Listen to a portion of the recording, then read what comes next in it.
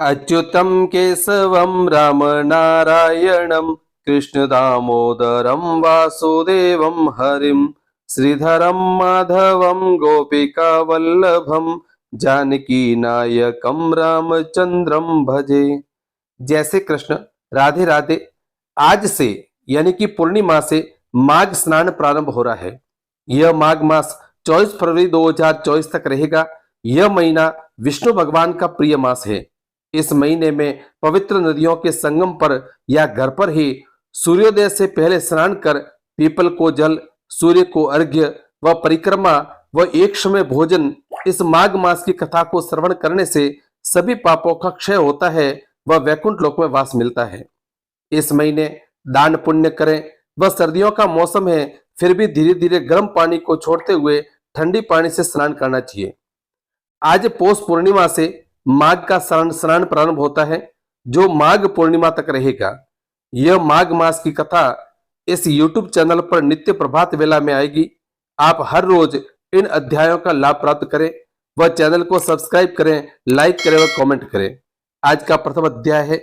एक समय श्री सूत जी ने अपने गुरु जी व्यास जी से पूछा कि गुरुदेव, आप कृपया करके मुझसे माघ मास का महात्म्य कहिए, क्योंकि मैं आपका शिष्य हूं। व्यास जी कहने लगे कि हे सूत महाराज, एक समय राजा दिलीप यज्ञ के स्नान के पश्चात में सुंदर वस्त्र पहनकर और शिकार की सामग्री से युक्त कवच और शोभायमान आभूषण पहनकर और शिकार खेलने के लिए अपनी नगरी से बाहर आए। उनके दूत शिकार की तलाश में मृग, व्याघ्र, सिंह आदि जंतुओं की खोज में इधर उधर फिरने लगे। उस वन में वनस्पति अत्यंत शोभा को प्राप्त हो रही थी। वन में कहीं मोर नाच रहे थे, कहीं मृगों के समूह फिर रहे थे, कहीं गीदड़ अपना भयंकर शब्द कर रहे थे, कहीं गेंडों का समूह हाथियों के समान फिर रहा था, कहीं वृक्षों के कोटरों में बैठे हुए उल्लू अपना भयानक शब्द कर रहे थे, कहीं सिंहों के पद चिन्हों के साथ में घायल मृगों के रक्त से सब पृथ्वी लाल हो रही थी, कहीं दूध से भरी हुई थनों वाली गो तथा भैंस फिर रही थी, कहीं हरी लताओं तथा सुगंधित पुष्पों से वन की शोभा बढ़ रही थी, कहीं बड़े बड़े वृक्ष खड़े थे तो कहीं उन वृक्षों पर बड़े बड़े अजगर तथा उनकी कैंचुलियां भी पड़ी हुई थी। उसी समय राजा के सिपाहियों के बाजे की ध्वनि सुनकर एक मृग वन में निकलकर भागने लगा और बड़ी बड़ी चौकड़ियां भरता हुआ आगे बढ़ा। तब राजा ने उसके पीछे अपना घोड़ा दौड़ाया। मृग कांटेदार घने वृक्षों के एक जंगल में जा घुसा। राजा ने भी उसी वन में प्रवेश किया, परंतु कुछ दूर जाकर मृग राजा दिलीप की दृष्टि से ओझल हो गया और कहीं छिप गया। राजा निर्जन वन में अपने सैनिकों सहित प्यास के मारे अत्यंत दुखी हो गया। दोपहर के समय अधिक मार्ग में चलने से राजा का कंठ सूख गया और मुख मलिन हो गया।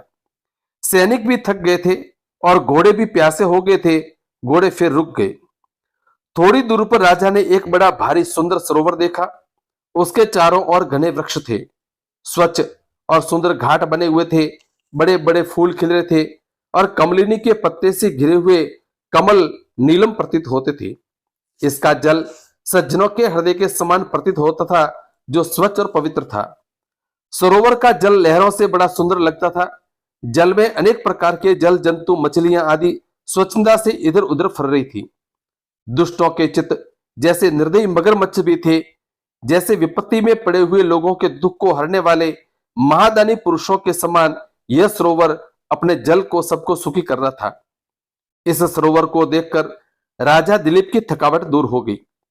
जैसे मेघ को देखकर पपीहे की हो जाती है, राजा और सैनिकों ने वहां जल पिया और मध्याह्न की संध्या करके भोजन आदि किया और रात्रि में भी राजा ने वहीं पर विश्राम किया और सैनिक ने पहरा देने लगे और चारों ओर फैल गए।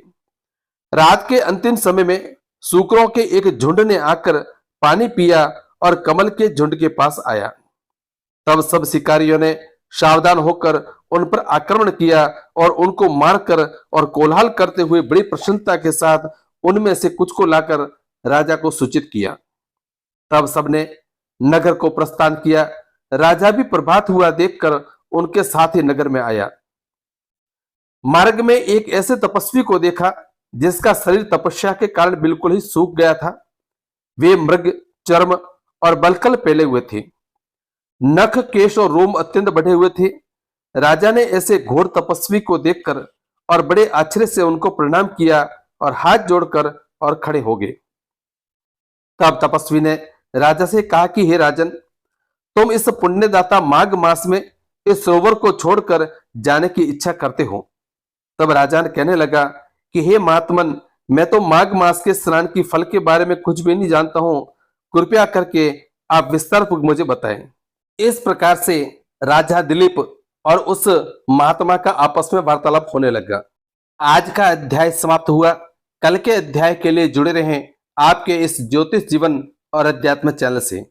जय श्री कृष्ण। राधे राधे।